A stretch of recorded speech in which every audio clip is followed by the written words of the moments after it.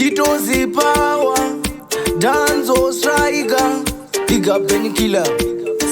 Iko kone kuno mukaridza yangu wani emapanze ndingafare muchida zvinyuwani mukabata Painkiller apa basa Harare vakagadzira mazita avo kare kare chikuchevera madzimba edzakadzika kare kufamba munzira dzakafambwa nevakuru ndizvo zvandinoda nekuti ndichazova mukuru vakagadzira mazita avo kare kare chikuchevera madzimba edzakadzika kare kufamba munzira dzakafambwa nevakuru ndizvo zvandinoda nekuti ndichazova mukuru saka kundimisa kupedza nguva ukabusa unobiwa teerera unzwe kunaka kwengoma mufana mudiki wonditi mukoma saka kundimisa kupedza nguva ukabusa unobiwa teerera unzwe kunaka kwengoma mufana mudiki wonditi mukoma vakagadzira mazita avo kare kare chikuchevera madzimba edzakadzika kare kufamba munzira dzakafambwa nevakuru ndizvo zvandinoda nekuti ndichazova mukuru vakagadzira mazita avo kare kare chikuchevera madzimba edzakadzika kare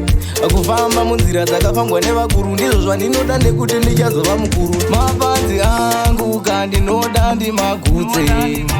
vanondivenga kana ndikokuti varudze nemhuri dzavo kandinoda kuti dzigute pandinoshaura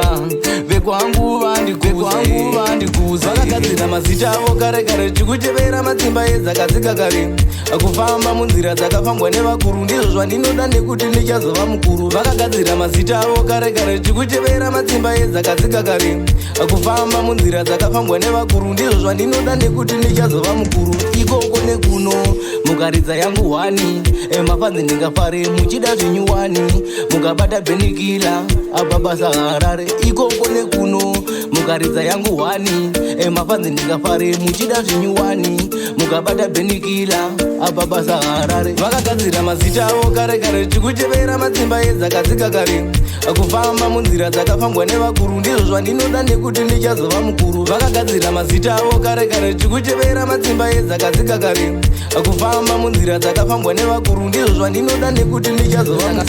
saka kundimisa kupedza nguva ukabusa unobiwa teerera unzwe kunaka kwengoma mufana mudiki wonditi mukoma saka kundimisa kupedza nguva ukabusa unobiwa teerera unzwe kunaka kwengoma mufana mudiki wonditi mukoma vakagadzira mazita avo kare kare chikuchevera madzimba edzakadzika kare kufamba munzira dzakafambwa nevakuru ndizvo zvandinoda nekuti ndichazova mukuru vakagadzira mazita avo kare kare chikuchevera madzimba edzakadzika kare kufamba munzira dzakafambwa nevakuru ndizvo zvandinoda nekuti ndichazova mukuru mapanzi angu kandinoda ndimagutse vanondivenga kana ndikokuti varudze